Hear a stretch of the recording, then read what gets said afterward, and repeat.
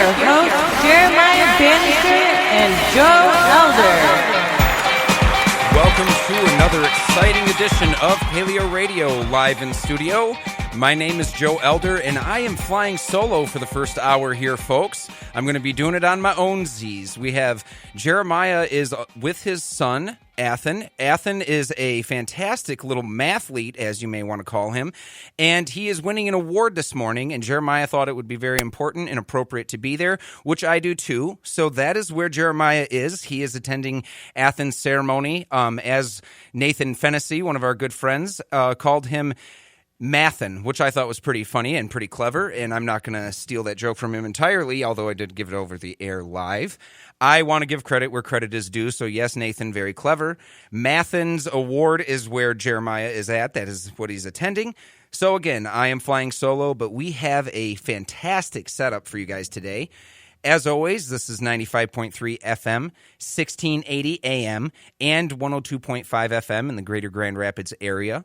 You guys can call in to join this conversation. In fact, I would love it. 616-656-1680. We're going to be talking about plenty of different topics today. Some of them that are really in the hot spot of topics. Some of them that are honestly just mainstream ones that we've seen a lot. But some of them are a little bit off to the side. As you guys know, we like to kind of throw in a good mix. In terms of articles and in terms of different outlets, we have articles from The Independent, The Daily Signal, The Guardian, American Conservative, International Business Times, CNN, IFL Science. So we're kind of running the gambit. In terms of what I'm going to be talking about in the first hour, I would like to cover net neutrality and the attack on net neutrality that's basically been pushed. We're seeing that happen in a major way. It's a great article by A.J. Dellinger, Net Neutrality Debate, Businesses Favor Rules Despite FCC Chairman Pai's Claims. So I'm excited about talking about that. It's going to involve the businesses that still do support the FCC's rules on net neutrality and how they are actually opposing what Pai has been saying. I also want to get into the Paris climate deal, which I know we're going to probably discuss at length in the second hour as well, because Jeremiah shared an article with me that's a little bit antithetical to the one that I'm going to talk about first, so we may have a good little debate. But this is one that is talking about Fareed Zakaria saying that the U.S. is no longer the leader of the free world after withdrawing from the Paris Agreement. Some interesting topics there that we can discuss. But overall, I think he makes some good points.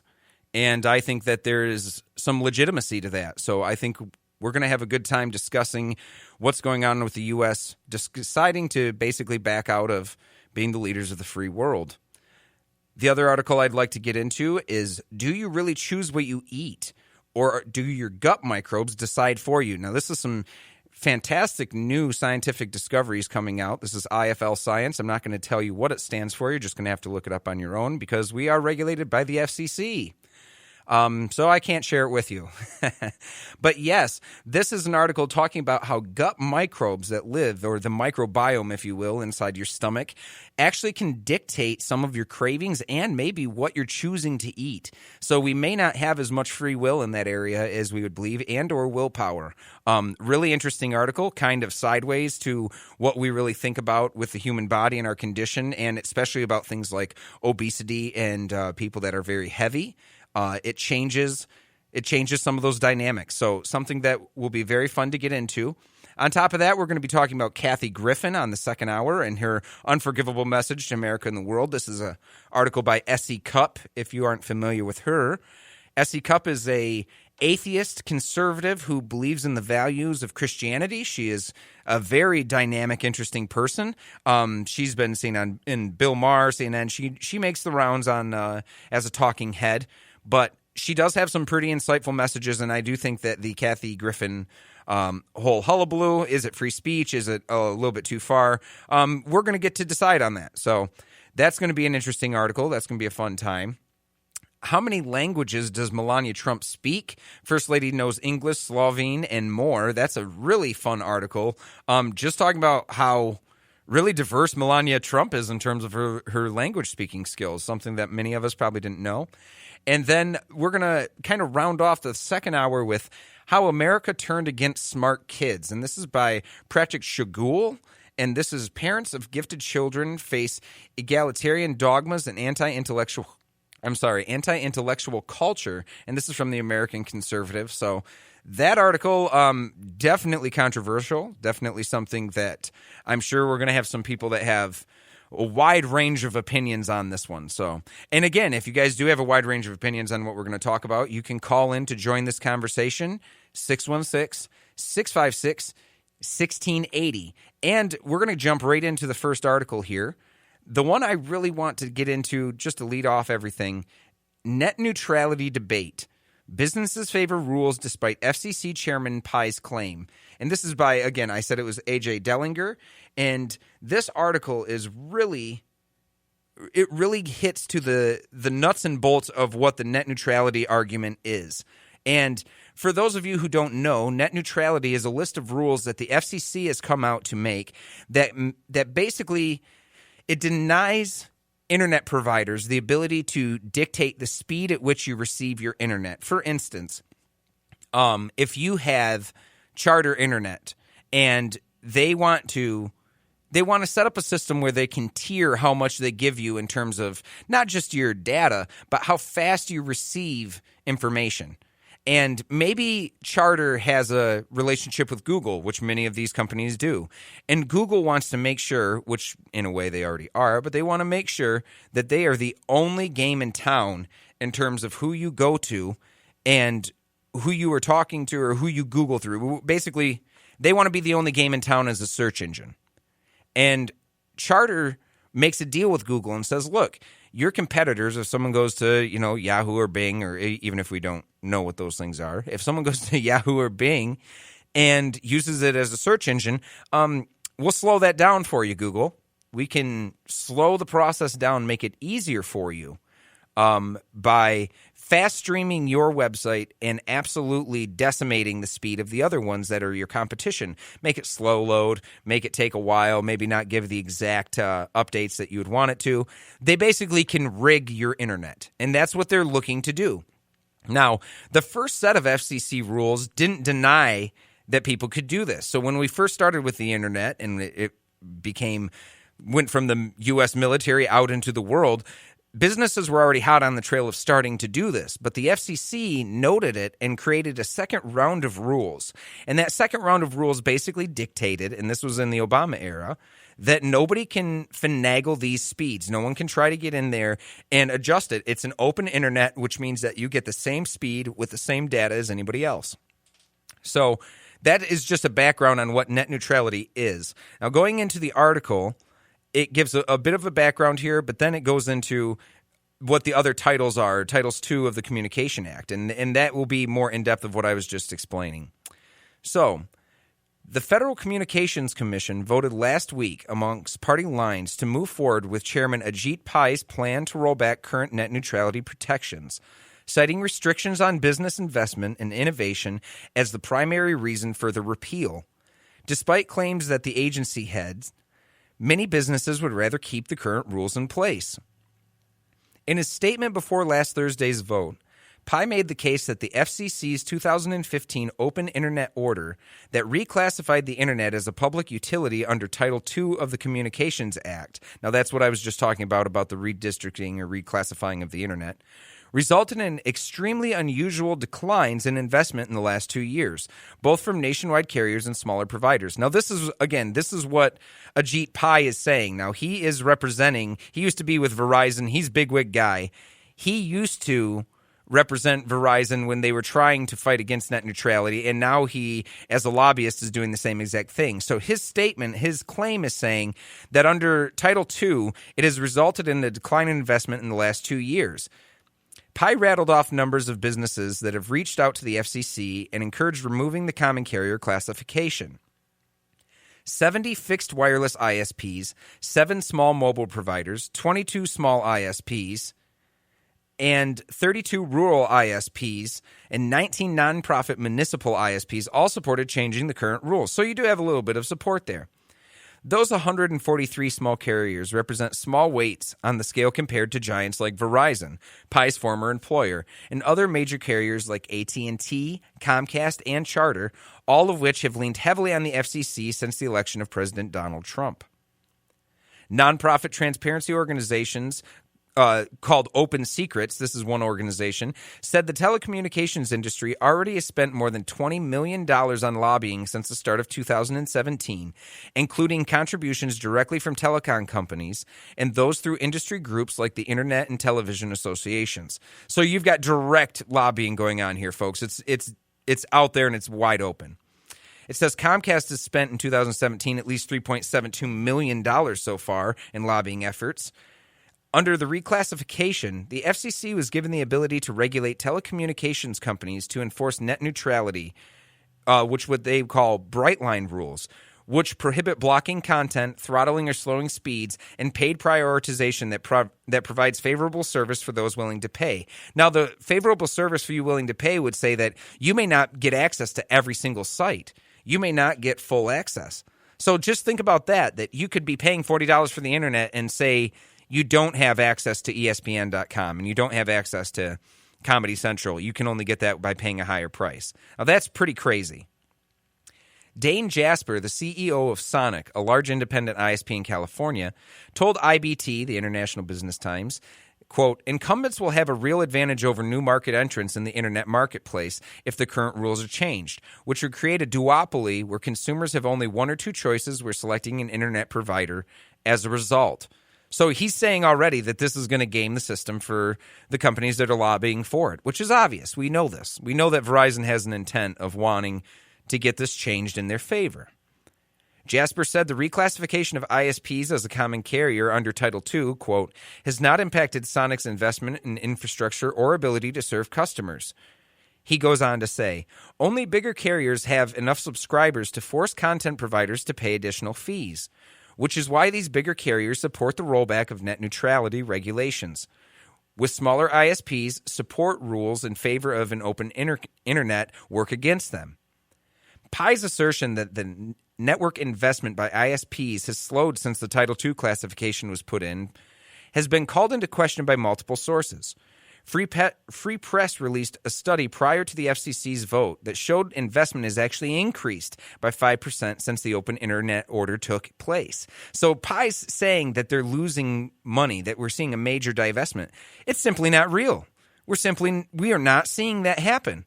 So in terms of internet neutrality, we've really got to think about this, right? I mean, you have Ajit Pai, who's a lobbyist for Verizon Wireless, who goes on to be pushing to knock over net neutrality rules, saying that it's affecting his big business. Meanwhile, you have smaller businesses like Sonic and other ISPs that say, not only does this rule or these rules help me, it actually is a deterrent to allow me into the marketplace, and it's a deterrent from Verizon to just absolutely overtake me. So this is net neutrality is an important thing, folks. I mean, if we're talking about paying a flat rate to get access to the internet as is, it's an important thing. It's the only thing that matters. If we let this go and we don't see the problems that are going to happen from the breaking down of net neutrality, we're going to be living a life where you don't have access to every website. You pay a tiered payment system. ISPs can slow down. Your data can get logged up. They're going to be able to slow everything down on your computer if you're on a website that they don't really prefer you to be on. Mozilla Foundation Executive Director Mark Sermon told IBT last week that his organization has not seen the supposed decrease in investment or innovation that Pi claims. Quote, we believe net neutrality fuels innovation and competition by keeping the internet an open, level playing field. More than 1,000 such companies have signed an open letter to the FCC encouraging the Commission to keep intact Title II classification. That again, over 1,000 such companies have signed onto an open letter to the FCC encouraging the Commission to keep intact Title II classification. The letter includes signatures from startups, investors, entrepreneurial support organizations in all 50 states. The Internet Association, a trade association representing major internet companies including Google, Facebook, and Amazon, issued an ex parte filing to the FCC in April stating its vigorous support for the existing net neutrality rules and Title II classification. So that's all you need to know, folks, that there's a huge lobbying effort going on to break down the internet in a way that's going to make it a pay-for-play system that we do not want. We want open internet. We want net neutrality to stay the same.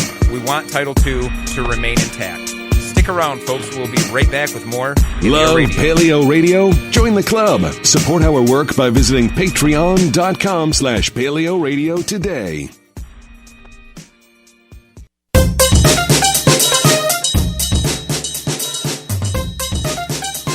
Back to Eagle and Dragon. Welcome back to Paleo Radio, live in studio, 95.3 FM, 1680 AM. And as always, you can join the conversation, 616-656-1680. Joe Elder in studio, solo today for the first hour. Second hour, I will be joined by Jeremiah-Bannister, as he is, again, joining his son, Athen, who's a little mathlete, in celebrating an award that he won. So good on Athen, good for Jeremiah and the fam, and good for me for being able to pick the topics that I want with no inhibitions. So the next article I wanted to get into, we can jump right in, is an IFL Science article. Now, this one is a really interesting one because it dives into the questions about free will. It dives into questions about if we actually have our willpower, is it really us working against ourselves? So it is really a top-notch stuff here, folks. So it's an IFL Science article.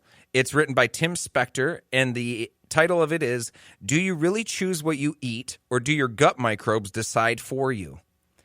Now, just going into the article, he really lays this out pretty well, so there's going to be a bit of reading here. Most of us believe in free will, particularly when it comes to our eating habits. But that's why most people don't regard obesity as a disease, but rather a moral weakness or lack of willpower. But the free will argument has been taking a bit of a beating lately. For example, we showed in studies using twins and other using families that the reason some people are overweight and others aren't could partly be down to food preferences. Our food likes and dislikes are not just determined by the horrors of school food, beetroot for me, nasty, or family meals. Whether we prefer salads to fries or enjoy garlic or chilies, surprisingly, it is more down to our genes than our upbringing. This makes the concept of pure free will when it comes to eating healthily increasingly harder to accept. While our genes play a role in picking what foods we eat and then metabolizing them in a unique way, we are now discovering that other processes or microbes could also be involved. Now that is some interesting stuff. And it is not a surprise. For people that do know a little bit about it, they call it the microbiome. Now there's a humongous amount and diversity in the bacteria that's in your stomach. And those bacteria, a lot of them are free riders. They live off of basically just what you're eating, right? And they are in major parts of the large and small intestine, particularly the large intestine, and they break down a lot of food that comes passing on through. Now, beforehand, they knew that these microbes exist. They knew that this bacteria was alive, and they also knew that the bacteria played some sort of role in the health of people, but they weren't really sure exactly how much of a role it played. And as studies are starting to be laid out here, we're beginning to find out that these bacteria in this microbiome actually plays a humongous role in not only just your own weight, but also the foods that you choose to eat. So this study, it became blown wide open when there was a bacteria-controlled study of fruit flies. And this study was by Lisbon and Monash, and it was published in PLOS Biology. And it further expanded the insight into nutritional choice and free will by manipulating the microbes inside fruit flies to see how it affected their eating habits. The experiment involved studying the trillions of gut microbes that all animals contain. And this is, again, like I was calling, the gut microbiome. So we're dealing with that whole issue, the gut microbiome. And so the gut microbiome it's revolutionized the way we're thinking about eating habits. It has absolutely revolutionized the way we've thought about it. Going back into the article, we recently realized that these microbes are crucial for our digestion of foods such as complex carbohydrates and are key to regulating a normal immune system and making many essential hormones and vitamins that the body cannot produce. So this is a huge deal. These bacteria are involved with not just digestion of food. So you've got complex carbohydrates that they break down. We've known that. That's been known for a while. But regulating the normal immune system and making many essential hormones and vitamins for the body that it doesn't normally produce, that's a big deal. That's a major deal. Microbes also produce brain chemicals such as serotonin, which we all know and love. And there's an increasing range of studies in humans showing association between a dysfunction of gut microbes and the brain and mood-related disorders like depression, anxiety, and autism. Some animal studies have shown that these traits can be transmitted to sterile animals via microbial transplants, suggesting the microbes themselves produce chemicals that may be causal. Now, again, I know I keep saying it, but this is humongous news. Now, you want to talk about a scientific study. The control of this entire study is the idea that if you can remove everything except for the bacteria and place the bacteria in another animal and you see the symptoms, then you've got a pretty good causal connection, correct? And that's exactly what they did. Again, some animal studies have shown these traits can be transmitted to sterile animals via microbial transplants, suggesting that the microbes themselves produce chemicals that may be causal. Now, that is massive. We could be looking at a revolution in terms of how people deal with their immune system.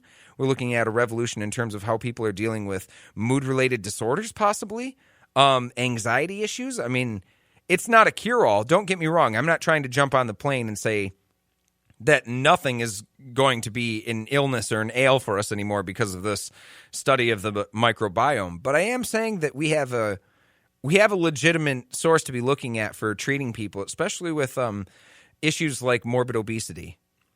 What also has been suspected is that individual microbes could influence the behavior of their host to improve their own chances of evolutionary survival.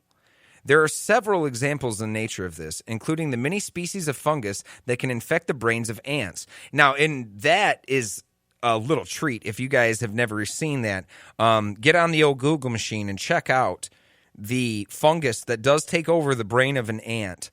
And this is something, well, I guess I'm going to go off on a bit of a tangent here, but in the animal kingdom, the idea of brain manipulation through microbes, viruses, and parasites is not just there. It's not just, it doesn't just appear every now and then. It is prevalent.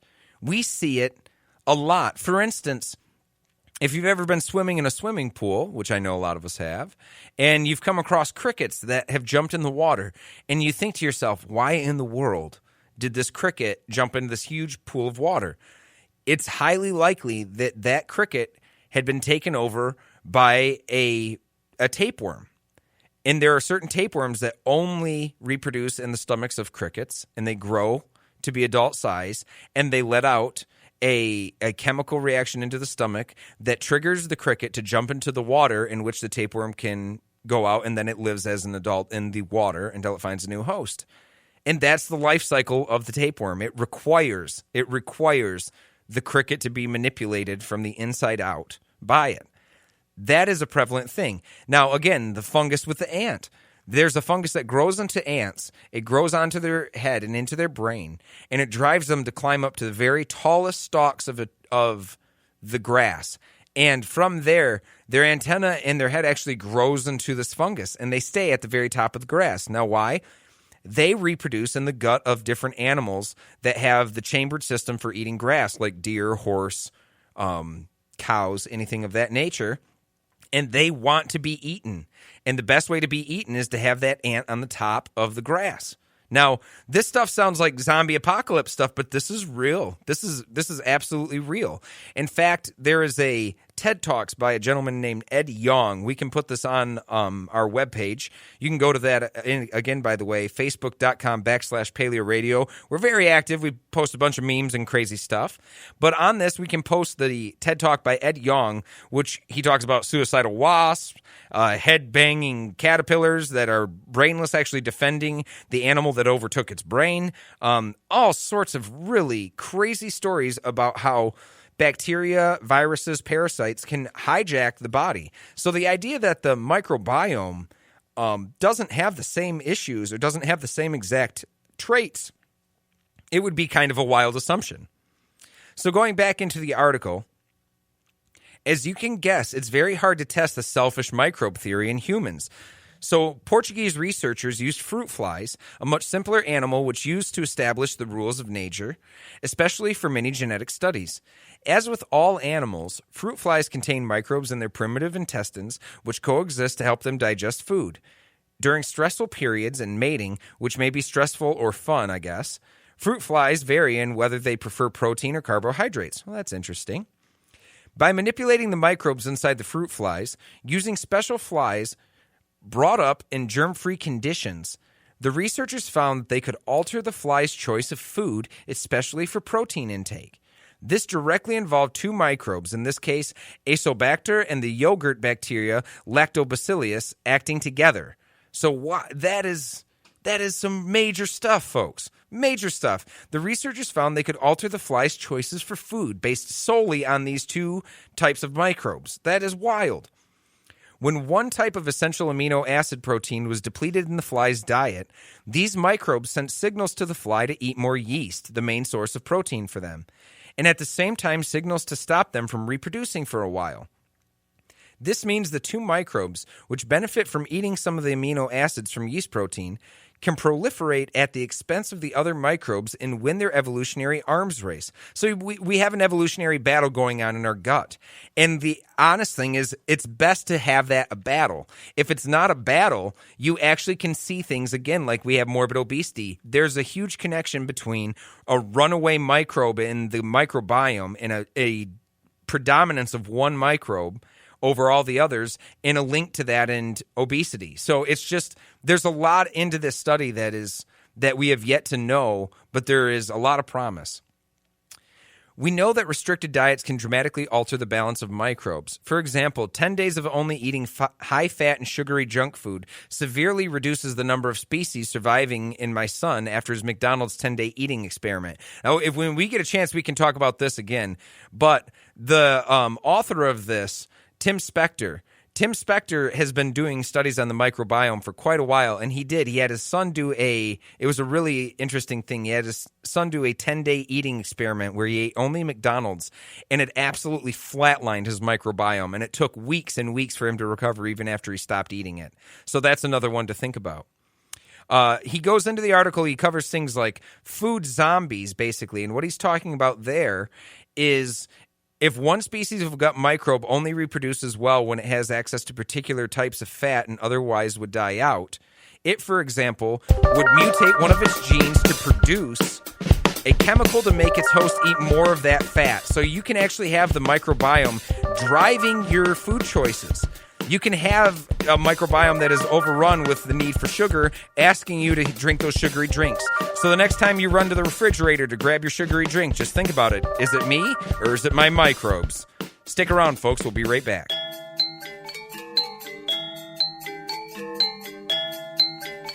Now back to Joe and Jeremiah. Welcome back to Paleo Radio, live in studio. Again, 95.3 FM, 1680 AM. And 102.5 FM in the greater Grand Rapids area. We also want to thank those listening in Pontiac, Illinois on WPJC 88.3 FM. We absolutely love you folks. To call in, 616-656-1680. And remember, folks, we are very active on social media here in Paleo Radio. We love the Facebooks. We love the Twitter. We love to get them tweets out. So if you want to follow the wave, you can follow us at twitter.com/Paleo Radio Show. or you can also go to facebook.com/PaleoRadio, and you can support the show by going to patreon.com and donating. If you donate over $1, you get access to super special content, which is better content in the world, the best stuff you could ever get. Right now, we're going to jump right on the phone lines. We have a caller. Caller, welcome to the show. Please tell me how you're getting the show and where you're listening from. In Grand Rapids right now. I'm listening on 95.3. Awesome. What's the name here? Patrick. Patrick. How you doing, Patrick? Pretty good. Good. What did you want to share with us, sir? There's a couple books that on behavioral parasitology. Okay. They're kind of interesting. One's called Parasite Rex by Carl Zimmer. That's an older one, and one I haven't read yet that I'm going to is This Is Your Brain on Parasites by Kathleen McAuliffe. Ooh, okay. This is your brain on parasites. Yeah, this is a weird hobby of mine. So It's also mine. That's actually why, I get excited to be able to run the show myself. Jeremiah and I decide together on how we do our topics, and we usually do a good mix. But if I get my druthers, it's always going to be into the odd science articles if I can get my hands on them. And this has always just really blown my mind. What interests you in it? What do you think is most interesting about parasites and kind of the overtaking of the brain system? I don't know. It's kind of a creepy alien possession thing that it's actual. It's real. It happens all around you. Absolutely. And Patrick, have you ever seen the TED Talks video by Ed Young about it? I think you would really enjoy it, man. It is something. He also talks about the emerald wasp. And the emerald wasp actually has a stinger that feels much like a hand does, and they will sting cockroaches in the back of the head and release chemicals into their brain that nixes everything except for their want to run away. So it could stand up and run if it chose to, but it won't choose to. And then the emerald wasp will actually walk it back to its lair, lay eggs in the inside of it, and its young will eat it out from the inside, if you can believe that. But, well, there's also toxoplasmosis, which is it's something that if a human gets it, it can cause birth defects and stuff.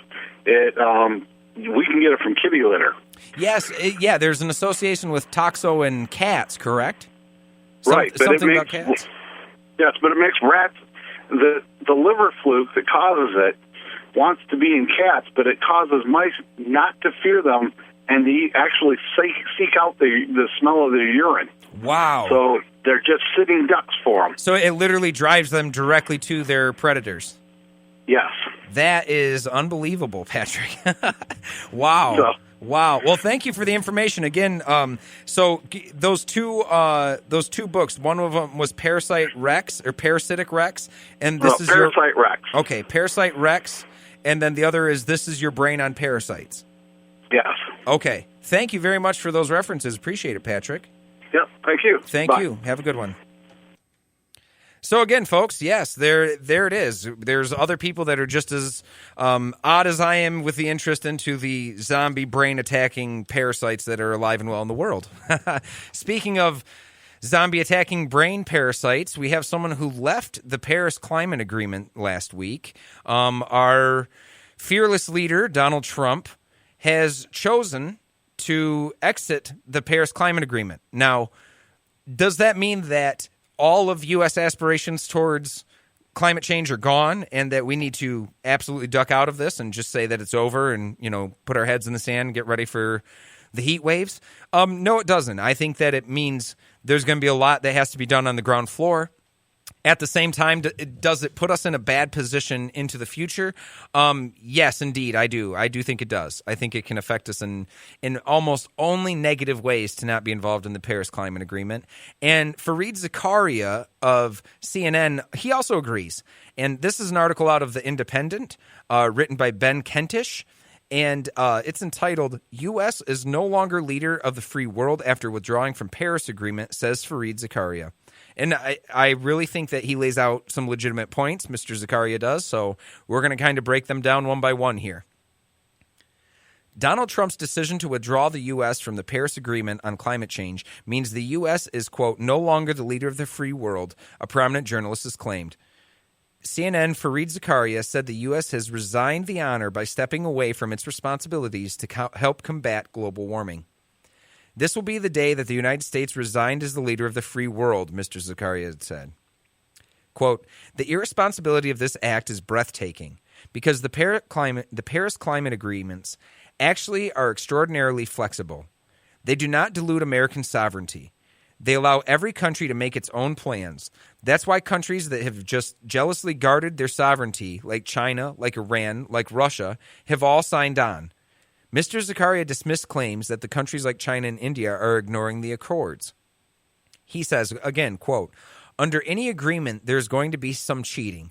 But if the Chinese were not signed on to the Paris Accords, they would be polluting many, many times more, which I agree with. I think that is there any way to actually put a 1-2 punch behind the Paris Agreement? No. I mean, is there a standing army that's there? No. Is there a banking cartel that's going to fine us for not reaching the goals of the Paris Agreement? No. None of that is going to actually take place. You don't have the muscle behind it to actually enforce it. But what it is it's a tacit agreement amongst nations. It's showing cooperation, showing global cooperation in a way that's needed to deal with a global problem.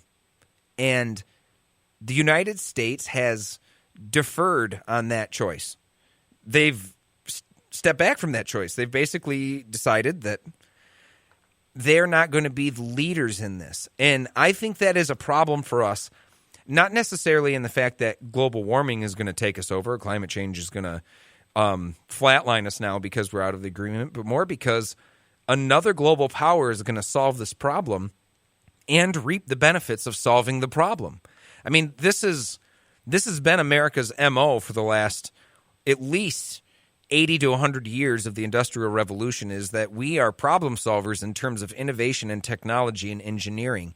And when you step back from the Paris Agreement, when there is no enforceable measurements behind it, and it's simply saying we have a goal and we can achieve the goal any way we want, when we step back from that agreement, we are putting ourselves behind others in terms of engineering, in terms of development, and in terms of solving the problem. So it could be that, yes, will we end up getting our solar roof panels and everything here in the U.S.? Absolutely we will. Will Elon Musk make a killing on it in the U.S.? Sure he will. Will he do it with electric cars? You bet.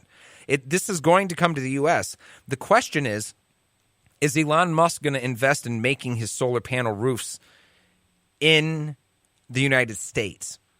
Because with a country that is backing out of this agreement, the confidence that you're going to find the funding there is not strong anymore. And that's why leaving the Paris Agreement has a negative effect on the country, because it makes other entrepreneurs and people that want to come solve this problem go somewhere else to solve the problem. And we could face significant brain drain from it. And I think Fareed Zakaria is onto something there. Former U.S. President Barack Obama issued a statement saying, quote, the nations that remain in the Paris Agreement will be the nations that reap the benefits and jobs and industries created. I believe the United States of America should be at the front of the pack. And that is a perfect way of saying what I just tried to say in 4 minutes in one sentence, that the people at the top will reap the benefits and the ones in the middle or the back of the pack are going to have to buy in to the other's ideas. And I'm telling you what, there's a reason why ExxonMobil came out against what Donald Trump said about the agreement. There's a reason why Consumers Energy came out against it. There's also a reason why Donald Trump said during the speech that he represents Pittsburgh and not Paris. And meanwhile, the mayor of Pittsburgh said, we fully agree with the climate change predictions. We agree with 97% of the scientific community, and we agree with staying in the Paris Agreement. So even the city that Donald Trump referenced doesn't agree with his positioning on this. So I think that is to be noted. It's something to think about. The leaders of France, Germany, and Italy released a joint statement saying the Paris Agreement was, quote, irreversible and constituted a vital instrument for our planet, societies, and economies. Theresa May reportedly refused to sign the letter, leading Labor leader Jeremy Corbyn to accuse her of subservience to Mr. Trump, which I really can't deny that myself. The fact that Britain's not going to sign that letter is utterly ridiculous, and further aspects into why Brexit is just becoming a complete and utter disaster. We're going to wait out to see because, they haven't officially started negotiating, but they can't even get in a position to negotiate Brexit. It's sad.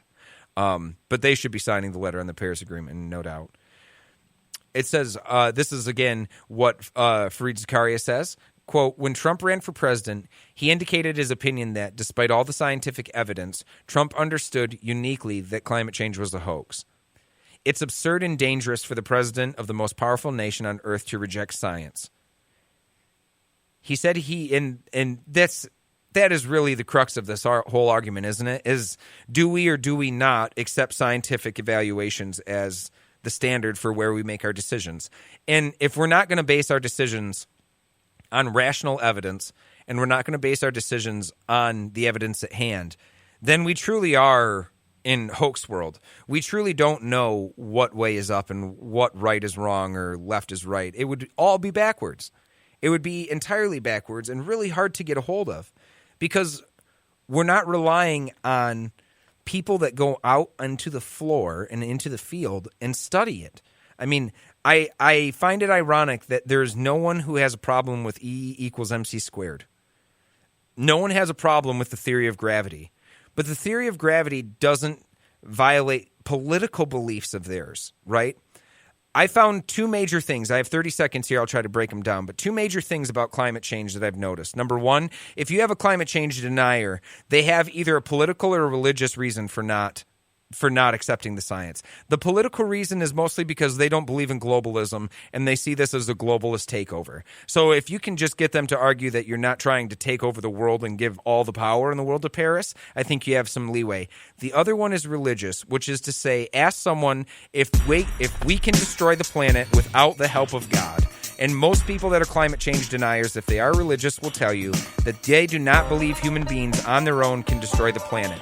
That gives you all you need to know in terms of why someone denies climate. Stick around, folks. We'll be back.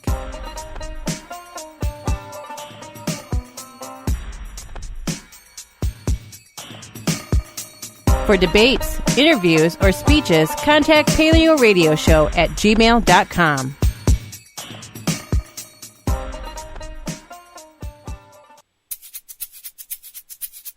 You love to hate 'em, you hate to love 'em. You just can't get enough of 'em, you sick freaks. Paleo Radio's on the air. Thank you, Nathan Fennessy, for that fantastic introduction. That is one of our big-time helpers. Nathan helps out the show in a plethora of different ways. He's helped us with sound. He's helped us with editing. He's helped us with audio. He is a very talented man. We do appreciate him very much. Thank you, Nathan, for that introduction. This is Paleo Radio. We are the fantastic show that airs every Monday, 10 a.m. to 12 p.m. right here in WPRR studios. We are with a great lineup of other local shows. If you guys don't listen to public radio during the entire week, I'm telling you, the local shows here in Grand Rapids, here at Public Reality Radio, are the shows you need to be listening to. You've got The F-Bomb. That is a fantastic show. It's based on feminism. It's with Lauren Yentz, and we've got Shannon and Bryn Perkins. That's a great show. You have Cut to the Chase with Jim Chase, Buck Gino, Terry Hoogerhide. That is another really fun show. They've got a lot of great guys on the show. You have Drive for the Dream every single day, 4 p.m. with Tyrone Bynum. Tyrone's a great man. He also does some things over in Detroit. Very active in community. You have Boiling Kettles on Thursdays, and then you have Faith and Reason with Fred Wooden. So you guys are truly lucky here in Grand Rapids to have quite a lineup of local talent, and I'm very lucky to be at this station and very lucky to have the companions and colleagues that I do. So, speaking of companions and colleagues, we've got the EU in a little bit of a tizzy. Angela Merkel says Europe can no longer rely on the U.S.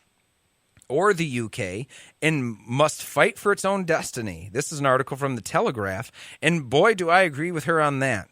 This is by Nick Allen and Rory Mulholland, and it was published the 28th of May, so just last week. Angela Merkel, the German chancellor, has indicated Europe can no longer completely rely on its American and British allies in the wake of Brexit and the election of U.S. President Donald Trump, declaring the continent's destiny is in, quote, our own hands. Her extraordinary comments followed meetings with European leaders and Mr. Trump at NATO and the G7.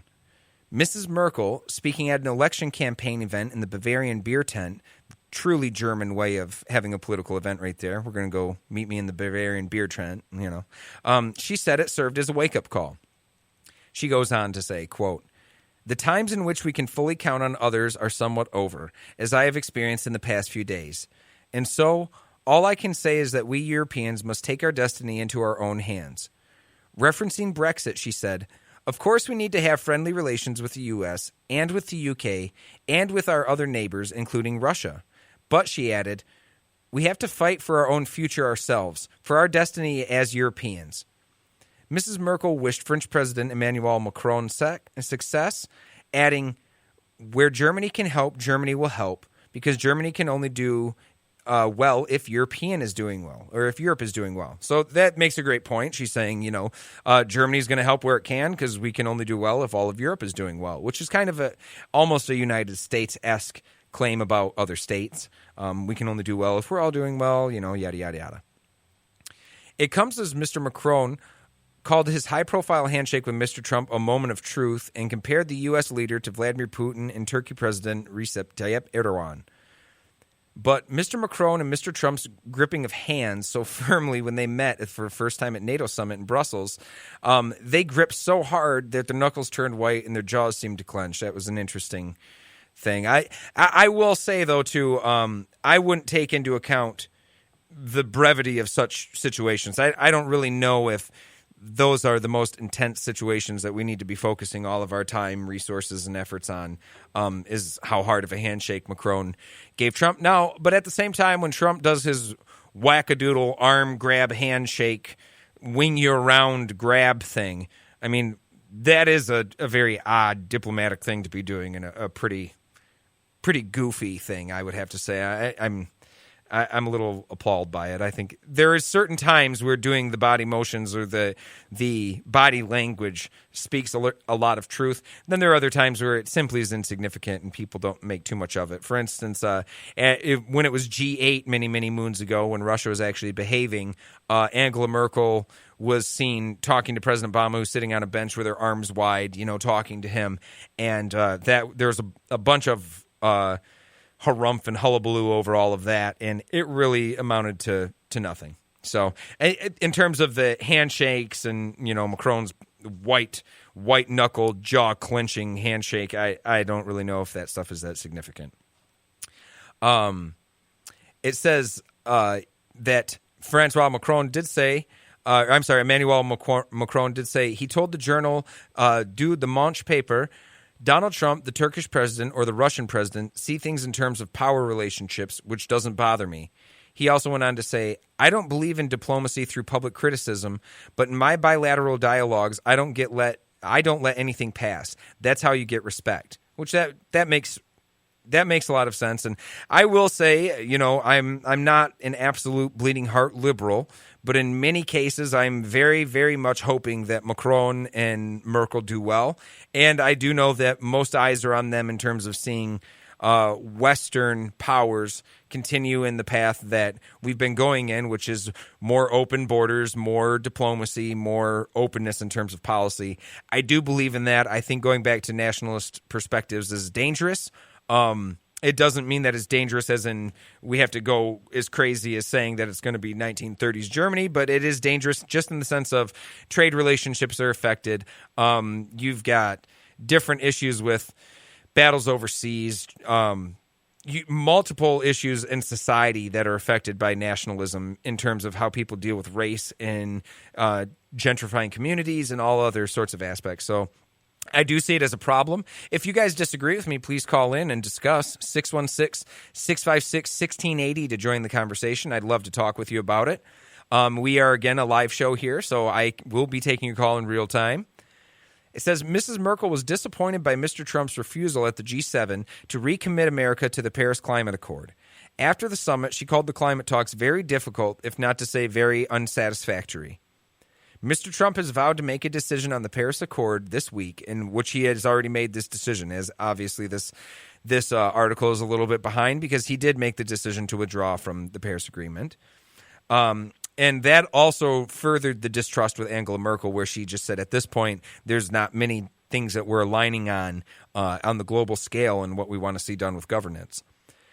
And it also, this backing out of the Paris Agreement is just an absolutely huge blow to Barack Obama. And I can't help but say or notice that many things that Trump is looking to dismantle have to do with a personal vendetta in a way, I believe, with Barack Obama. I think that is a very legitimate problem that we have. We have a serious problem with the now elected president wanting to really have a penis measuring contest with the old president. And in a way that is to destroy legacies at the expense of the American people. 26 million people booted off health care? Don't care. I want Obama to suffer by knocking out the ACA, right? Global warming exacerbated because we can't get a unified agreement against it? Yeah, fine. That doesn't matter. As long as it was a Barack Obama's idea and it falls flat on its face, I'm going to do it. These sort of things are dangerous precedents. Now, where is there a good lining, right? One thing is, I do believe that there are many cities that when they take these steps seriously about climate change and about battling it in terms of how they're going to do different recycling programs, carbon emission programs, trying to move into investing in solar. When cities and states do that, it can be highly effective.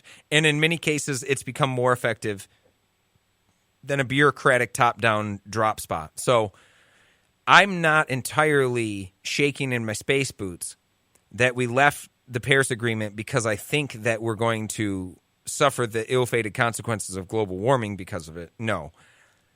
I'm worried about it because, like I said earlier in the segment, the innovation, the technology aspect that we're going to lose is grand. And if we fall back on that, there's no guarantees that we get to step back up at the line if we end up electing somebody with a more respectable position on global warming and climate change. 4 years from now, it could be too late.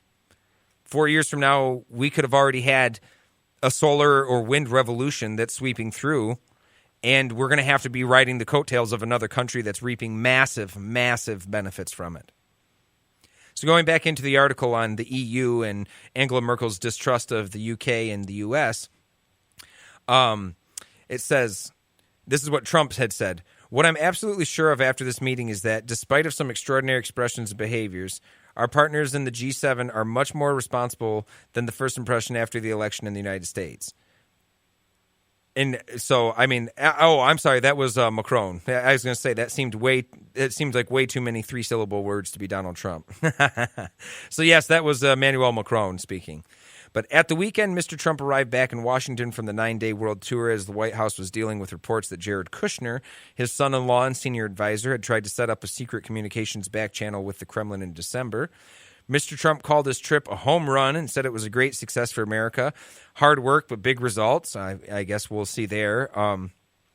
The president's Twitter account has been relatively dormant during his trip abroad, but he returned to it, using it to declare the leaks emanating from the White House were fabricated lies. So welcome back, President Trump. In terms of his global tour, I think he did well in Saudi Arabia because I think those theocrats can, hey, real respect real. They recognize that he has a lot of similarities in terms of what they're trying to achieve politically and what he tries to achieve politically. They also had a very, very strong liking to Melania Trump, which I think that matters a lot too. Melania, she's a subservient person. She walks behind Donald Trump. She doesn't speak unless spoken to in those cases. She doesn't have a lot of different goals and aspirations in what she's trying to achieve. They liked the way she behaved in Saudi Arabia and in the Middle East, and they liked the way Donald Trump treated her. And I think that's about all you have to say with how the trip went well in the Middle East for him, but it didn't go so well in Europe.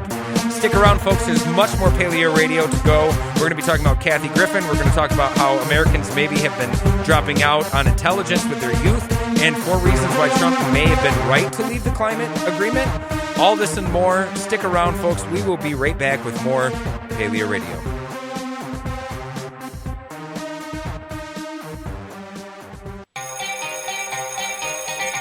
You are now entering Paleo Radio.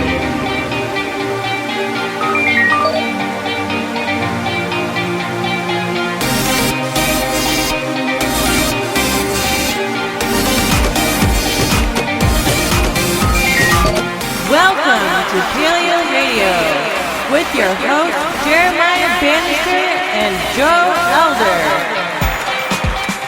Welcome back to hour number 2 of PaleoRadio, live in studio, 95.3 FM, 1680 AM. Everything you know and love is here for you. We talk about politics, we talk about religion, we talk about culture, we talk about current events, and we talk about crazy things like leaving the Paris Climate Agreement and how Germany and Europe in itself is on its own with Western powers as the election of Donald Trump has dynamically changed the aspects of that relationship. Again, I'm Joe Elder, alone on my lonesome there. We have Jeremiah just sending me a text saying he's almost there on 44th, so we'll be joined by him. In the meantime, you guys can support this show by going to patreon.com/PaleoRadio Show. And what do you get by supporting the show other than our constant love and affection and words of affirmation about how great you are? What you're going to be doing there is you're going to be allowing Jeremiah and I to continue to deliver content to you guys that is free of bias in terms of how we get paid. For instance, if we take a sponsorship from Big Oil or somebody like that, then naturally we're not going to be talking about certain things. It reduces the range of topics we can have to look for sponsorships of bigger corporations. We want to do this for a living. We want to make this our career, and you guys can help us by directly donating. And when you do that, you allow us to keep the integrity and preserve the true essence of what PaleoRadio is, which is praise where praise is due, criticism where criticism is due, and most importantly, a free and open press. It is essential to our democracy. It's essential to everything in terms of how politics works, that we have an open and free process for journalism, current events, and opinion pieces. And again, by supporting the show, you're directly giving us the access to be able to talk about the topics that you guys want us to talk about, when you want us to talk about them, and for how long. So we do appreciate all the people that already have supported the show. There is a kind of a growing aspect of this. We really appreciate that.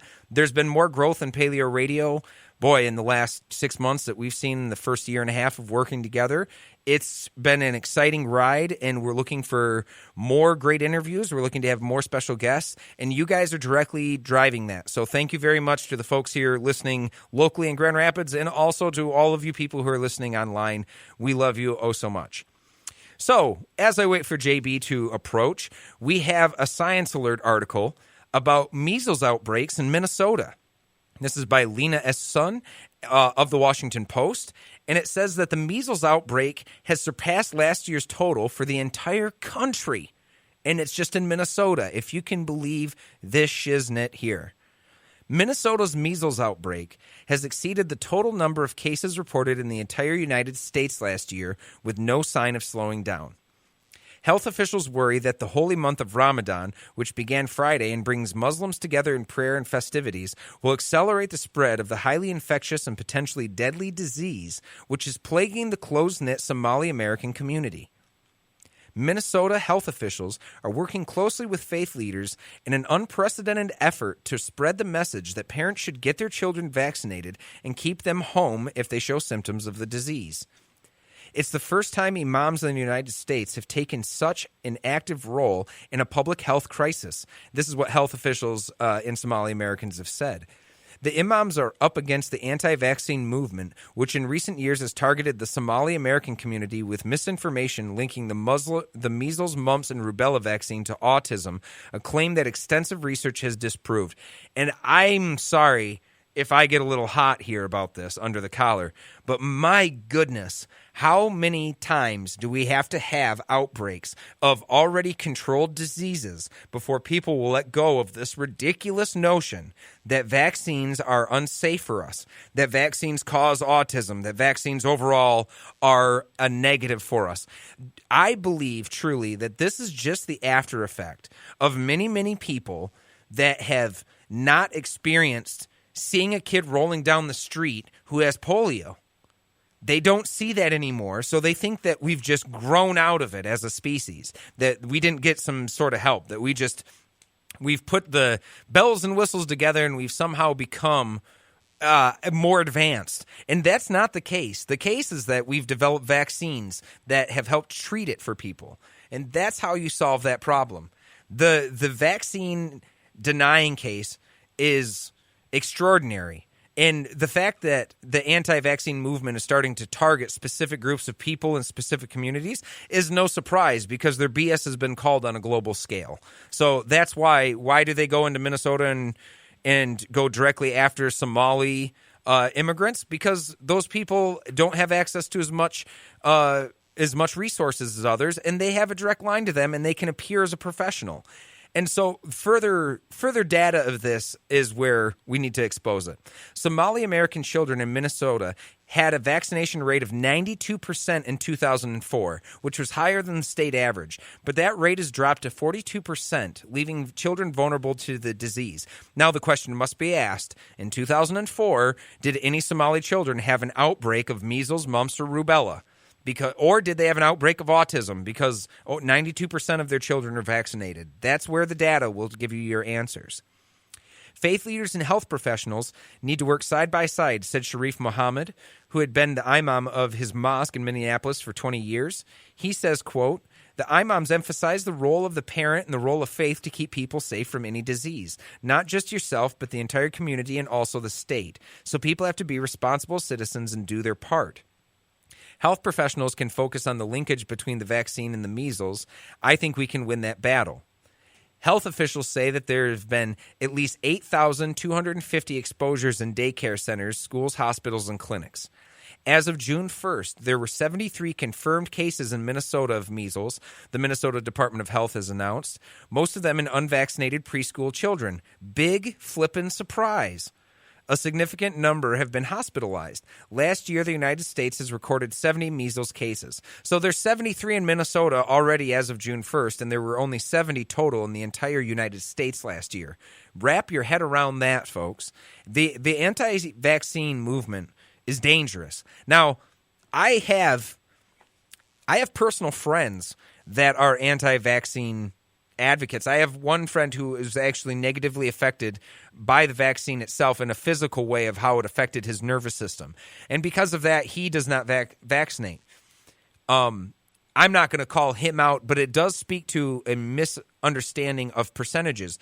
Is there a percentage of people who have a negative reaction to vaccines in general? Yes. That percentage is very small.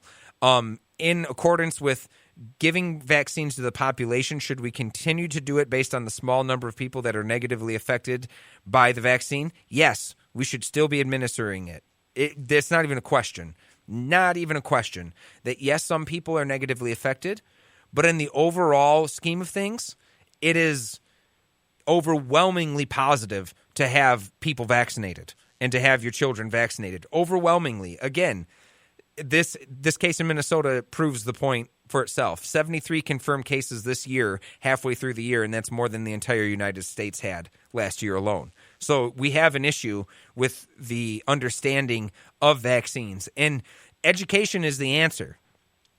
There's a lot of people that have just a morbid fear of big, long scientific words strung together, and they seem to put that into vaccine memes, and hey, it has diptylthiomercury in it or something like that. And I know that I made that up for my science buffs that would call me out on it. But the point being is that they're scared of the jargon, and the jargon is not the issue. The issue is the actual health and safety. So you explain how it helps people, and really you can just argue it by using the numbers. Again, you say, hey, in 2004, 92% of your community was vaccinated. Did you have these issues?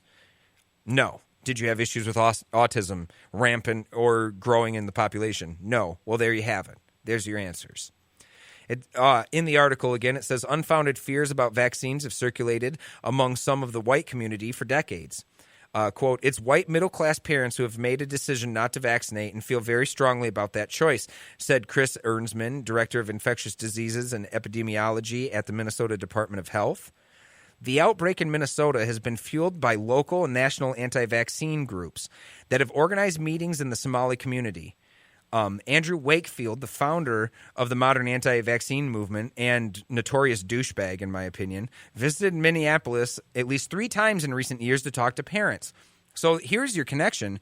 I mean, there's more of a connection that Andrew Wakefield causes measles than there is that vaccine causes measles. His simple appearance in Minnesota is more of a direct cause for measles than his argument that it causes autism. That's just to say it as a matter of fact.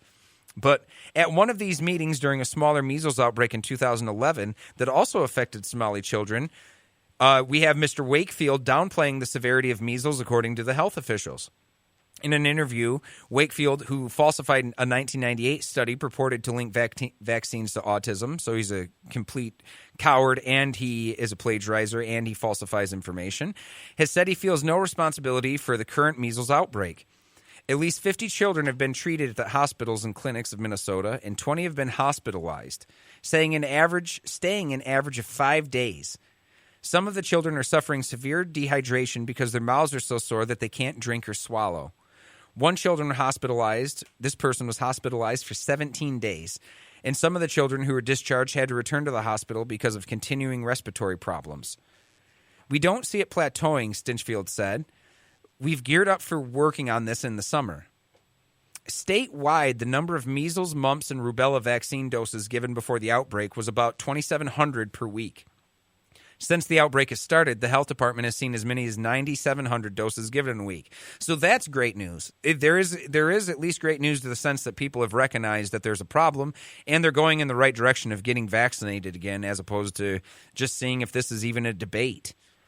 For ethnic Somali children between 2 and 13 years old, the department typically administered about 30 doses a week before the outbreak.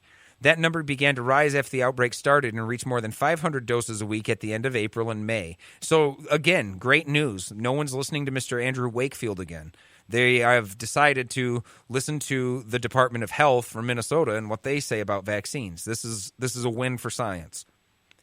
Despite the worst measles outbreak in the state in nearly 30 years, anti-vaccine groups have stepped up efforts to spread their message there, which this is bad. At a recent community forum in Minneapolis about the MMR vaccine, an anti-vaccine advocate handed out printouts that claimed the vaccine can cause permanent brain damage and death, according to Public Reality International reports. When you have an open community meeting, that doesn't allow a forum for the anti-vaccine group to come and continue to present their misinformation, Erasmus said. Which I think that's open to debate, because if it's open community meeting, you do have people who have the right to say it. But if it's a community meeting that a health professional has organized to talk to people about their health, I don't really know if that can be hijacked by a bunch of people with no scientific data. But this has not ended yet. We're going to see if the measles outbreak slows down for us, or if it continues and Mr. Wakefield's team of flunkies actually promotes it further. So we'll wait to find out in Minnesota. Paleo Radio? Stick around. Join the club. Support our work by visiting patreon.com/PaleoRadio today.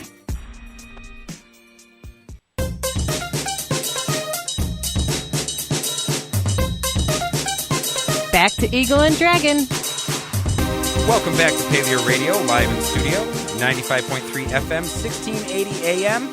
And again, finally, we're joined. JB's in his A. It was a great day. Thank you, Joe. Yeah, no problem. It meant a lot. No, it's fun. Man in the Helmet got to talk about some odd scientific issues, which was fun. Yeah. So Ambrose was actually, he was the champ. He was the King Master Supreme today. Yeah. And it was for proficiency, to say that they reached their proficiency in their state testing. And that they were at top levels, in fact. And it was interesting because afterward, Ambrose's teacher came up to me and said that they're going to be doing kind of a pilot program that will be combining a couple grades together. But what they're doing is they're taking the kids who are exceptionally talented, okay, the kids who are exceptional learners. They are learning really quickly, far ahead of a lot of the other students, often bored by the kind of work that most students would be doing in their own class. And they're taking those kids and they're going to be tailoring stuff more specific to them and teaching them how to teach themselves, even how to be autodidacts. So if they're super dope, right, mega smart kids, and they love math, and they want to excel and go as far and as fast as they can, right, as good as they can to their potential. Classes like this and environments like this, what Ambrose is going to be in next year, that's exactly what we were hoping for. Yes. It's really what they need. I mean, because they can get bored pretty easily. They really are. And we've heard for years that every single year the teachers always say that our kids are ahead, that they're always, they're already studying stuff for the grade ahead, you know, and that happens all the time. That's a good place to be. But because of standardization, it makes it a little bit harder sometimes for the kids who are excelling to fully excel. And so I'm glad to see the Coit Art Academy here in Grand Rapids is doing that. It's one of the many reasons why we absolutely love Coit Arts Academy and why we signed our letter of intent that we're going to be sending our kids back there. It's just too awesome of a school. We absolutely love it. So, yes, and we also have, let's just talk about Kathy Griffin, why don't we? Yeah, why don't we talk about Kathy Griffin? You know, it's interesting. This article from CNN, it's by Essie Cupp, and I think that's really what got my attention. Is I said, I don't know if we've ever actually quoted her. Yeah. We've referenced her before. I don't know if we've quoted her before, but I know we've definitely referenced her. Yeah, we've definitely referenced her. But Kathy, again, we take from all across the spectrum and we opine and give our thoughts on it. So here we go. Kathy Griffin's unforgivable message to America and the world. This is by Essie Cupp. In the days, weeks, months, and years following 9/11, there were countless images, moving and still, that came into our collective conscious that changed us as much as those events did. The examples listed in here talks about visuals that she saw of people jumping out of the building, out of the towers, right? Really high up. They were doomed. There was no way for them to escape, and they decided that they were going to jump. And so these pictures were just traumatizing. They're jolting. About the missing American contractor named Nick Berg. Do you remember that? I believe so. Decapitated. Yes. Yeah. And she talks about how she woke up and she's in the news business, and like many people in the news business, you get up and you find, there's a beheading video of somebody that's an American. I might actually have to watch this. This is it may, in fact, have been required for her being a CNN person. But to say that when she saw, at least in her mind, when she saw Kathy Griffin holding a bloody Trump head, to her, it evoked similar images in that way. Yeah. Now, that might, I don't know if there's an artistic element whatsoever, like any artistic element with really cutting somebody's real head off. But you can make a case for an artistic element for what was done with a photographer and an entertainer and props and everything else. And so I wouldn't say they're the same thing, but I can see why someone would say that image itself, that very stern face, it's not meant to be a happy face whatsoever. It's making a statement. It is. And so that was she's making a statement. I think she's stretching to connect it to 9/11 and a decapitation on ISIS, but that's my own opinion of Essie Cupp. But I don't think it wasn't a classy move by Kathy Griffin at all. I mean, that's not arguable. It was not a good choice. And let's put it this way: Kathy Griffin has had a show that was like Life on the D List. Celebrity Life on the D List or whatever it was, right? Yeah. She's someone who she seeks attention in this way. This is something Kathy Griffin's always kind of been this way. I'm not saying that you don't forgive her for it. I'm just saying that this doesn't surprise me that she would attempt a shock and awe type event. You know what I mean? It does surprise me that she's reacted the way she is because, I mean, I thought that she would just kind of play it off, even if she got fired. Isn't she suing them? Yeah. Isn't she suing the Trumps? Yes. Yeah. Which that makes no sense. Yeah. And I thought, it's an interesting thing. What's that all about? And it's for bullying.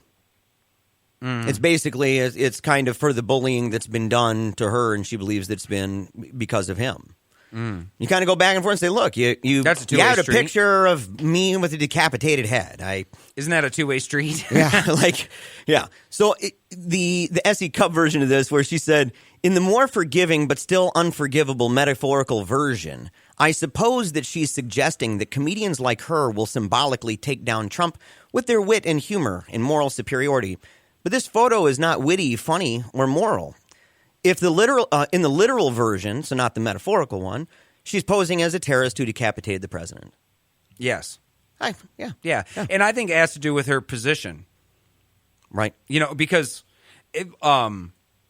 it's an interesting time in our country right now, I'd have to say, right? But I do think that is there a higher amount of civilians making posters and signs and pictures of President Trump decapitated, hanging, swinging than there were of President Obama in 2008 of average citizens? No. Not that I'm but seeing. This is a big issue because this is a celebrity. I mean, there was no celebrity. I mean, you didn't have what's the old guy that played in Anaconda? Angelina Jolie's dad. I can't remember. I don't even remember his name. I don't even know if I supporter. ever saw Anaconda. Yeah. Oh man, it's got Ice Cube. Was it dope? Ice Cube and Jennifer Lopez. Got to see this. Pretty sick. Yeah. But anyways, I can't remember the fellow's name. But that gentleman, yeah, if he never had a picture of him with Obama hanging by his neck or something crazy, right? Like this is why this is a bigger deal. Is because it's a celebrity. I mean that makes a humongous difference. Mm-hmm. You know. Yeah, that people would look at that, and I don't see there being a huge number of people just following her lead on this, you know, and saying, "Hey, I think this is the new wave, the new trend. Let's all do this. Let's stand with Griffin. Hashtag stand with Griffin. Show decapitated, pinata heads that you made." Yeah. I don't see that happening. No, I don't think. No, I don't think so, and I don't think there will be. Not on a celebrity level, but there will be on a civilian level. Didn't she? There'll be plenty of people to do the beat Kathy Griffin pinata thing or something. Yeah, I think there will. But. Isn't she always kind of a little controversial on New Year's Constantly. though too, like showing her breasts? Yes, I thought there was something to do with her breasts and something to do with just being super commit wasted. Sexual acts to Anderson Cooper, and she's a vivacious kind of grotesque person. A little bit. I've never been a huge Kathy Griffin fan. As a comedian, I think there's just a better way of going about things. I've never met anybody who was, Joe.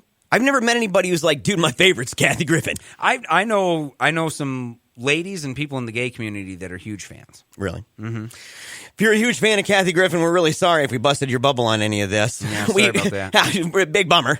But yeah, it's just somebody, I guess, maybe, I'm not much of a technocrat.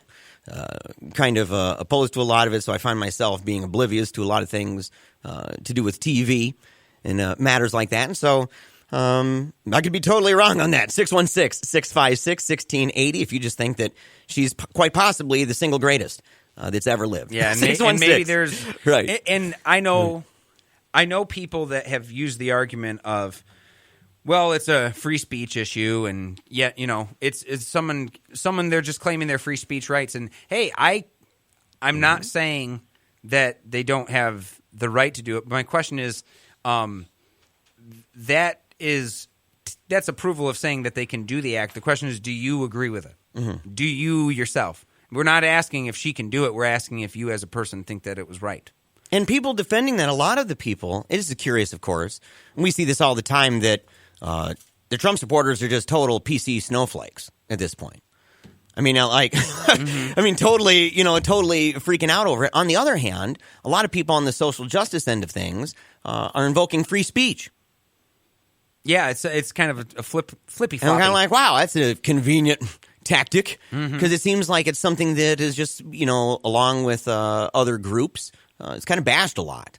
Yeah. It's free speech, and it's all wrapped up in this free speech absolutism thing. And I can almost hear it now, someone saying, the other side says it all the time. And I'd say, yeah, and we say on this show the same thing, that they're afforded their free speech too. But that's when you can say, I don't like it. It doesn't mean it's moral. It doesn't mean they have the right to say it. Yeah. And it does mean that there's repercussions for what you say. Like, yeah, does Kathy Griffin, can she take a photo like that? Sure. Can the repercussions of that be that you lose your show and a lot of credibility? Yeah. I mean, there's nothing. That's people's free speech reacting to a free speech event, right? Imagine if somebody was saying, no, you're not allowed to do that. So, like, somebody gets upset about it, and everyone's like, look, you're not allowed to actually get upset. Yes, you're not allowed. Stick around, folks. We're going to be right back with more fantastic PaleoRadio.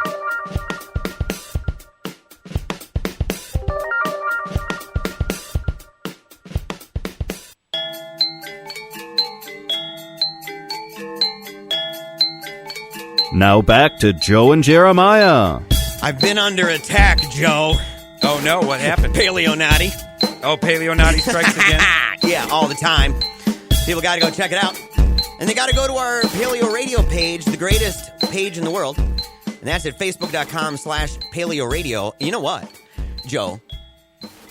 I said what did we post last Friday on Paleo Radio saying that we were going to mail out something on Saturday to a listener? I kind of lied a little bit about that. Oh, you liar. I meant to do it.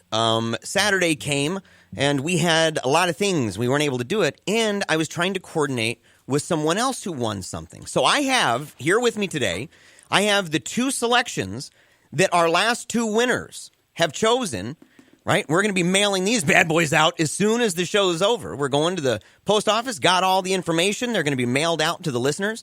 One of them chose The God Delusion by Richard Dawkins. Great choice. Great choice. That is a pre-read one, so that listener is actually going to get all of my underlining and everything else. But this one over here is not. Oh, good. This one is Michael Shermer, The Science of Good and Evil, Why People Cheat, Gossip, Care, Share, and Follow the Golden Rule. So that is another book. So we had Out of the Vault. Out of the Vault. And for both listeners, for both people who went to the called and had the right answer to our question of the day, both of those people were able to see pictures of what was in our vault, ranging from, we even have some CDs in there. Yeah, we have a bunch of old archaeological finds. Maybe get some VHS tapes in there, I think we even have Spaceballs. I think we're going to get a Land Before Time VHS that you can get in there. Dude, we need to have a Land Before Time. Like that is so funny because we were just talking about, my son and I, we were going through a human civilization book, and they were talking about the valleys where people would go by the rivers and in the valleys because that's where the green stuff was. And I'm like, just totally Land Before Time. Yes. Like, yes, totally. Yeah, go to the Green Valley. Yeah, but getting that on there, but that's what they chose. So our listeners, look, that's where our listeners are right there. That's where they are in life. They say, oh, yeah, I can buy this fun thing, that fun thing. Oh, I think I want that really deep book. Yeah. Yeah. So big bravo. We love our listeners. Super dupe smart. Super dupe's important. And we're so grateful for every single one of you. And we'll make sure to mail that out today before I even make it home. So it's gonna be awesome. It will be great. Well, in the meantime, which we have the American conservative not thinking this is great in America, right. That America's turned against smart kids. You know, this is a longer one, but I think it brings up some good points. It also brings up, and I'm really glad that the writer of this, Patrick Chugel, that he brings up different kinds of intelligence, and he brings up different ways that people are looking at intelligence, IQ. And these are things that you've brought to my attention, in fact, over the last 3 years or so that we've been talking back. I remember when we first were friends. I remember this conversation where I would say stuff about smarter people and, well, this person is smarter. And I forget the entirety of it, but simply bringing up that some people have skill sets that are really good academically. Other people have skill sets that are different that make them quite smart, actually, right? And that they will survive and thrive, in fact. Sure. Right. And yet they don't have that same skill set. I think if I recall, a good amount of what we were talking about had to do with intelligences, and not really the bell curve, but really what is the value of an IQ test itself? Mm-hmm. Like, do IQ tests produce actual results for measuring intelligence? Truth is, it does, but just a specific type of intelligence. The IQ tests aren't really designed to measure emotional or different emotional intelligences or different intelligences in social groups, but it is recognized for spatial intelligence and the idea of thinking of things in your brain and how to move objects in 3 dimensions inside of your brain. That's what really IQ tests are for. So, interesting. You know, when talking about these high IQ kids, this article says that rather than investing in them, American society has moved in the opposite direction. And it kind of chalks it up to 2 different things going on at the same time. One of those would be part of the educational establishment in egalitarianism, right? The idea of not wanting certain kids to feel like they're far behind, or that there's a class system too entrenched there within the classroom. The other one would be anti-intellectualism in America more generally, that we just have an anti-intellectual culture that we live in. And so when talking about super dupe smart kids and what we should do with them, there's kind of knee-jerk reaction about, well, they should stay in the class. There's not much. There's not much about putting some wind beneath their wings and letting them fly. Absolutely. Yeah. And I don't think, despite what some hashtags are trying to tell people, people still have a negative view of intellectual. Like they don't think intellectualism is the sexiest game in town. It's still, you think about the 1980s and 1990s of people that would, beat up the nerd type mentality. That plays into the cultural idea of what schools are in our education system, that people actually go out and seek out people that are uniquely intelligent and pick on them. I mean, that happens to a great extent too. So there's something to say about us culturally bending to the idea that we have an anti-intellectual society. It gets bad. It does. And so you can see these forces from both directions, and with myself having some kids who are extraordinarily bright, I see this all the time. In fact, this was one of the first subjects that I ever had to think about when I was in college at Olivet College. After I left Bible college and everything else, went back to school for a real degree, I guess. The thing is, we had to go through, I wanted to be an educator. That's what I wanted to do. I wanted to get into classical education, teach at a classical school. Hillsdale was a school that I was interested in, that style of teaching and stuff. And one of the first things was education for the exceptional learner. And the exceptional learner is a spectrum ranging from, Downs all the way to the kids who, the Benthams of the world. The Jeremy Benthams, right? Yep. The autistic-y folks with a really sensitive emotional side and very, very awkward, almost entirely reclusive social side, that those people are exceptional learners. And in that class, it was so disheartening because they were talking about so many people, so many young kids with so much potential, and that the different ways by which it was difficult for them to excel. Mm-hmm. And it was so disheartening. Like, it really was. It was so disheartening. I was like, I just don't even know if I agree with the philosophy of education as it stands. If the philosophy of education does not make room and space for people who are just naturally, and due to the environment that they have at home, that they are excelling, then we have a real issue with that. Do schools not have access to career centers anymore?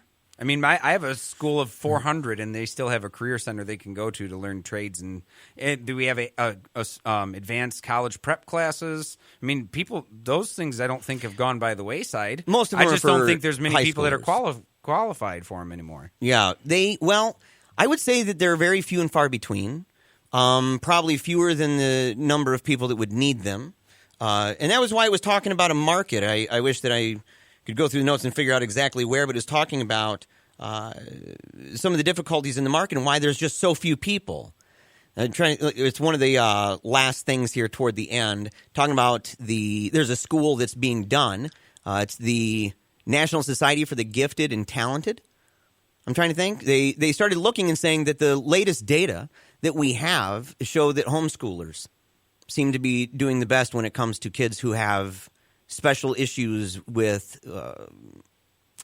being super bright and would need special tutoring and things like that. That people are finding that a lot of individuals, because of the lack societally of a network where schools can just easily direct people to these places, these kids starting young, that a lot of people are taking it into their own hands, and that a significant number of those doing that have master's degrees. That it's not just simply a bunch of people now homeschooling kids who went through high school. I know some of those. Right. I know some, right? That's that right. happens. So that's not to make a point on that issue, just strictly about this. Sure, I understand. Well, I think that there are a lot of children that are homeschooled that end up with a higher IQ, and a lot of it is because they get one-on-one teaching at a level that's higher when you have made a pact with your community that you teach everybody. I mean, I think there's a distance between having some schools that are there for higher IQ people and then pushing, and this is not what we were saying, but pushing the idea that it'd be better off if people were more homeschooled and it was more of a tiered system. I think No Child Left Behind created a tiered system for us already. There is a vast difference between Union High School and Forest Hills right now. And there was beforehand, but now with School of Choice, not school of choice, but No Child Left Behind, we've really hit the egalitarian notion on the head, which is this kid who gets D's has to be in physics class to graduate. Yeah. So he must sit in there with the kids that have a 4.0 and are trying to pass physics to go on to college. And now you have, by the law that's been created by people who are not educators, that they've implied or imposed upon the education system, you have them saying these kids that have C's and D's belong in the same class as the kids with A's. Right. And despite their constant interruptions and ridiculousness in the classroom and lack of understanding of the concepts and dragging the class all behind altogether, this is how it shall be, you know? And I think that's a major issue. I was going to say, too, I found the name of the academy, Davidson Academy. It's in Reno. See, I didn't even know about this. It accepts only the top 0.01% of scorers on achievement tests, and that this is not being replicated to any significant extent, not even in highly educated corridors of the country. Specialized schools that do exist for gifted students are battling legislation and lawsuits aimed at eliminating intelligence testing. Yes, that is aligned with No Child Left Behind garbage. Mm-hmm. I mean, it really is. I'm not trying to blame it all on that, but people really need to understand what George Bush did to our educational system. Yeah, totally sucks. The analogy I keep using with people is imagine all the schools are one individual climbing up a mountain and we're all on one rope, right? And there's someone with a pair of scissors, and all it is just going down that rope and deciding when you cut funding based on test scores. You know, can you pull yourself up this rope? And the people that need the most help pulling the rope are the ones who are like, we got to cut you. I mean, the ones that need the most help don't get it. So I can see where the idea of they want a one-size-fits-all type of educational system, and it just doesn't work. Well, it's interesting, too, because when they talk about people believing it's unfair and that it benefits certain ethnic groups and matters like that, because you'll hear this come up a lot. They'll say, well, it benefits, certain demographic communities and things like this. We're talking Indian Americans, highly overrepresented, Ashkenazi Jews, and Northeast Asians, right? But the thing is, that's genetic stuff.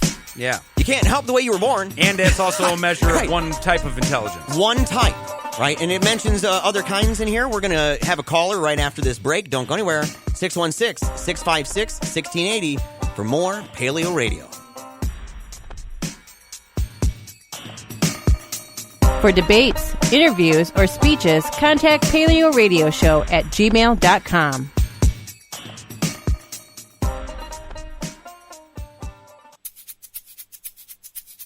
You love to hate 'em, you hate to love 'em.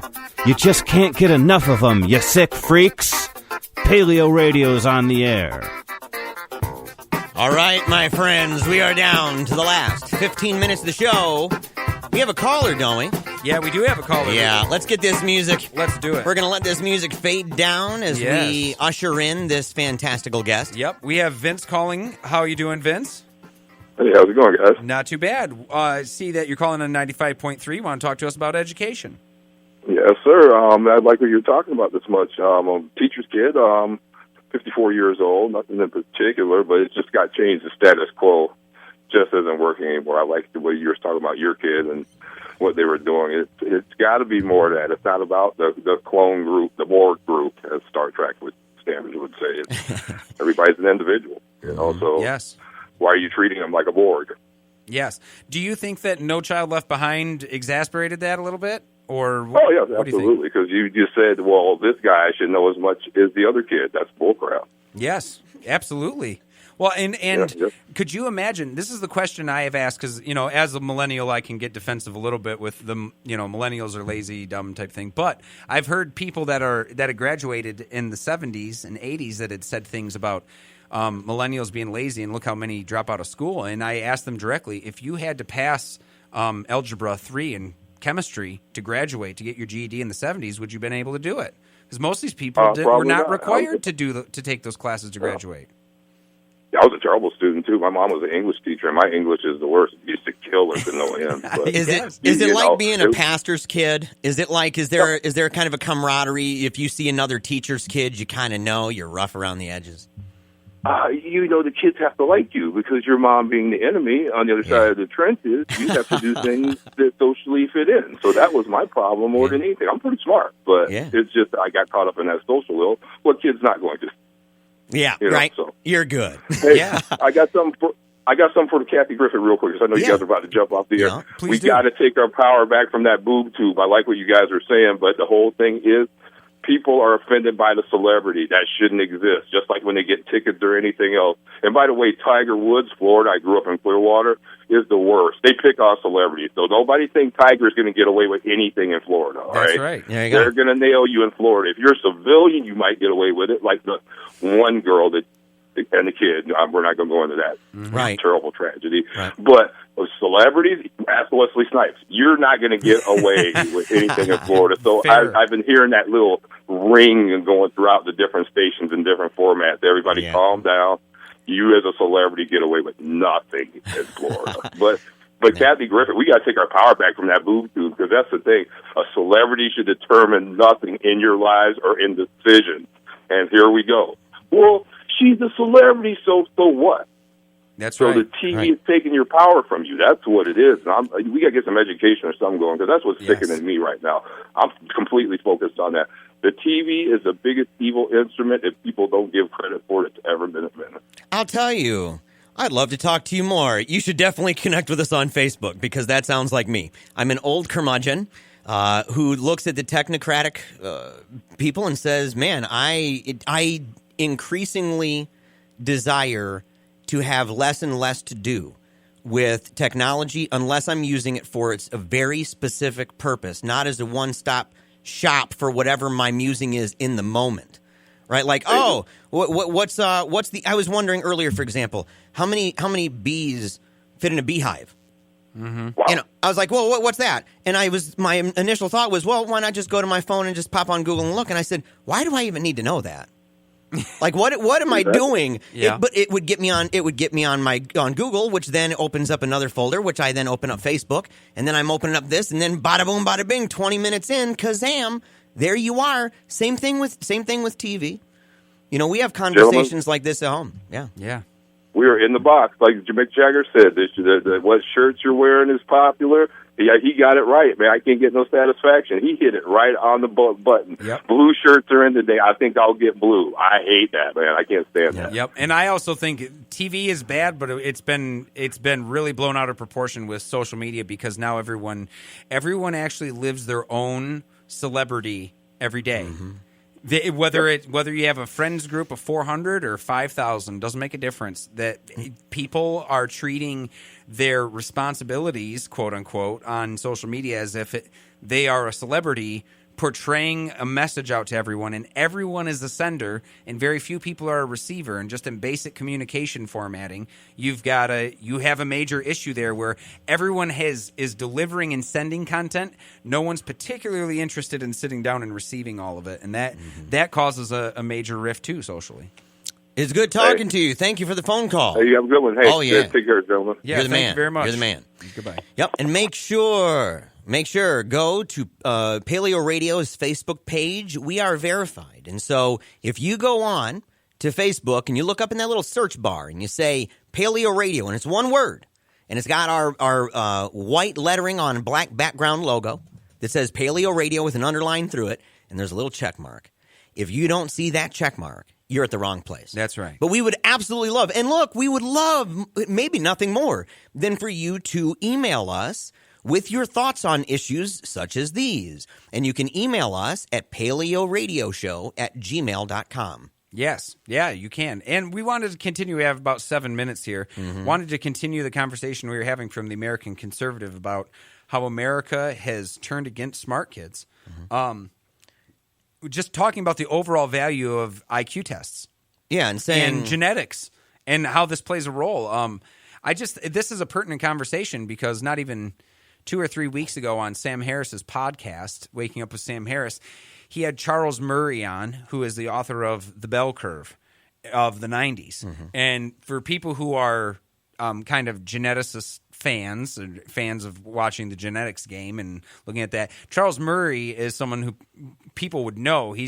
The Bell Curve was an extremely contentious and controversial book. Yeah. And particularly because it dealt with intelligences and races.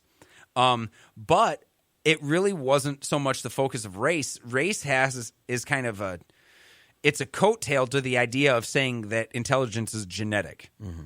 And that was what he was studying, was that Murray's intent was studying IQ tests and looking at the genetics of intelligence and how most of it's inherited. And by that, he did explore a little bit in race, which controversial stuff as it was.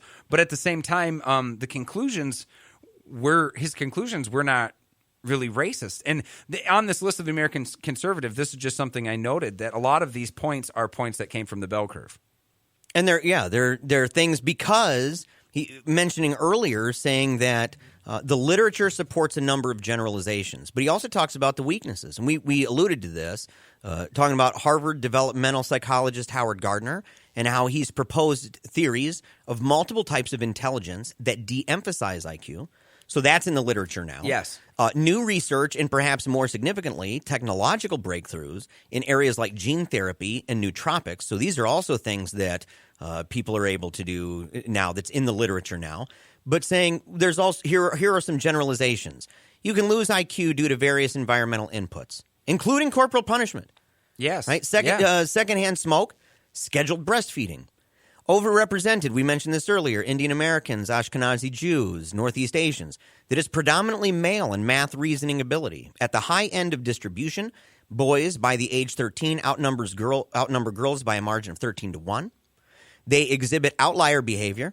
They have unique emotional vulnerabilities like alienation, intensive sensitivity, and even perfectionism, but they are significantly more likely to achieve success later in their lives. Not normally as, this was interesting, and I don't know if I put it in the notes, but it wasn't so much that they become the leaders of those companies, the big ones, but that they become the people that those leaders rely on heavily for getting the numbers right on everything. Yes. The lawyers for these huge firms, these guys, right? Guys and girls that reach that level. And so interesting, but saying that we can learn all of this, and these are generalizations that we're able to glean from the literature as it stands right now. Yes, and there is a lot, and that's the kicker too. Is like some of the issues that people have taken up with some of these findings have to do with the tests. Most IQ tests, or the major portions of what the IQ test today that we have, was developed in the 1930s, mm-hmm. and during that time,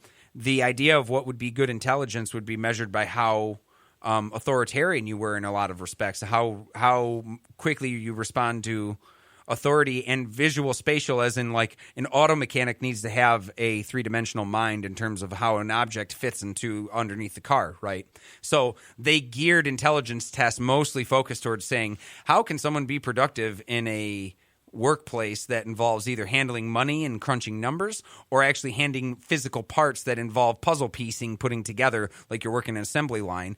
And that's why some other studies of intelligence have proven that the IQ studies really are actually very good at showing the success that Western people will have in Western cultures. But when they've done them across the world, it's proven that the intelligence studies kind of they suffer some cultural barriers. Mm-hmm. But it isn't to say that all intelligent. That doesn't mean you sweep away our understanding of genetics with intelligence, which is the biggest thing. Is that a lot of us were born with a certain amount of intelligence, and that's just the amount of cards you get to play in your life. I mean, and it's not fair at all. And other people don't. No matter how many books they read, or no matter how high they aspire, they will not obtain a certain level of intelligence that is coveted. It just won't happen. Stanford psychologist Louis Terman, beginning in 1910s, he is the one who's credited with kicking off the debate over intellectually talented children. He identified over 1,000 children with an average IQ of around 150, and he recruited them for an ongoing longitudinal study. The termites, as his high IQ subjects were endearingly called, steadily attained academic and financial achievements at rates considerably higher than the national average. That's right. Which is to say that it shows how well Western culture people can be placed within Western culture. Right. And there's the show, Joe. Yeah, there's the show. Very Yeah. fast, man. It happened so fast. Yeah. Thank you guys for listening again. Thank you so much for supporting the show on Paleo Radio. We love every single one of you.